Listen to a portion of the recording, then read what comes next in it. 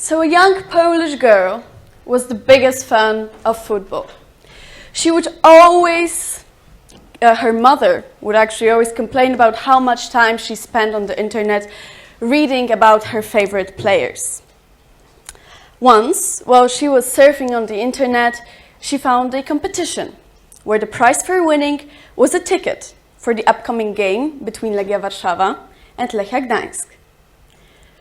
Since she has been dreaming about this for years, she did her best to try to win the competition. Finally, the day came when they announced the winner. And you know what happened?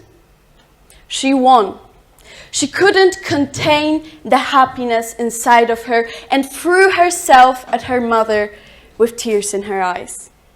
After all, she has been dreaming about this day for years. With every day, she was getting more and more excited, and the day before the match, she set herself an alarm early in the morning in order not to miss the train to Warsaw. But during her sleep, her cat pushed the phone off the nightstand, breaking it. The alarm didn't go off. She woke up exactly when the train was leaving the station. When she realized she won't be able to make it to the game, she started crying. Oh, how she wished she could just teleport to the football pitch. But what if she could? What if she could get to the game on time? Because teleportation was possible. Truly, what does it even mean when something is impossible? That it moves faster than light? That it is invisible? That it is at two places at once? Impossibility is a relative statement. Over 1,000 years ago, people believed it was impossible for the Earth to be round. Nicholas Copernicus proved them wrong. Over 100 years ago, people believed it was impossible for the Earth to be billions years old, since its core would freeze. Maria Skłodowska-Curie proved them wrong. Over 10 years ago, people believed it was impossible to create metamaterials with which we could make objects invisible, since they would collide with the laws of optics. Scientists from London and Durham proved them wrong. Just because something is impossible now, does it really have to remain so for the next hundreds, thousands, or millions of years? I would like to answer that question with a quote from Sir William Osler. The philosophies of one age have become the absurdities of the next, and the foolishness of yesterday has become the wisdom of tomorrow. Teleportation, in other words, the possibility to suddenly move an object or a person from one place to another, is a phenomenon that could really change the direction in which humankind is going. So first, let's look at the possibility of teleportation. In light of Newton's theory, it is completely impossible, since it's based on the conception that matter is made from small, hard balls. They do not move until they're pushed. They also do not disappear from one place only in order to appear in another. Here with the answer comes the quantum theory, which is based on exactly such conceptions. Electrons, as research has shown, behave similarly to waves, and they make quantum jumps inside of the atom. So if electrons can be defined as waves, what actually waves?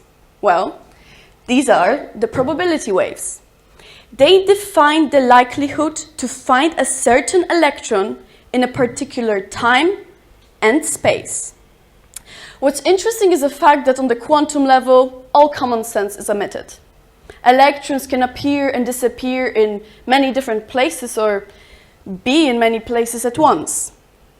So yes, inside a human body, electrons happen to run wild, but due to their amount, their movement averages out. So, on our human level, human bodies do seem hard and solid. So yes, of course, human teleportation currently exists only in the world of science fiction, but teleportation on the quantum level is possible. You heard me right.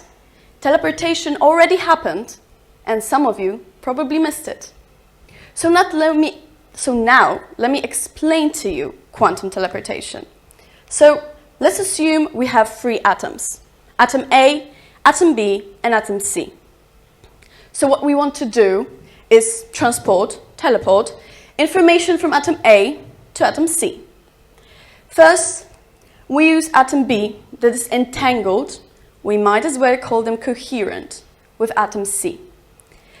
We put atom A with atom B in order to scan it and send the information from atom A to atom B. As a result, they become entangled. Since atom B and C were entangled from the beginning, and atom A and B are entangled now, information from atom A is transported to atom C, or in other words, atom A is teleported into atom C. After my speech, my biggest hope is that you will be encouraged enough to grab a book on the teleportation of electrons or search an article about the collision between theory of relativity and quantum physics. The purpose of my speech, it's not informative. It is not to make you more knowledgeable on the topic. I wish to inspire you. I wish to light up a spark inside of you of curiosity, inquisitiveness, eagerness, also often killed because of the way school operates. Also, as unfortunate as it is, I do realize that finding a good physics teacher is very hard these days. One that will be able to inspire us, to get us interested and show us the true beauty of physics. And trust me, physics can be so magnificent while it is properly explained to you. And nothing would make me more happy than being the person that allowed you to see some of that beauty today. And maybe, just maybe, you actually understood what I was talking about, and some of the things I said will even stick with you. Remember, the world awaits you. The world needs your potential, your power, your involvement. Be curious, ask questions, and never let anyone tell you that something is impossible. And one last thing, next time, I hope I won't be late for the train. Thank you.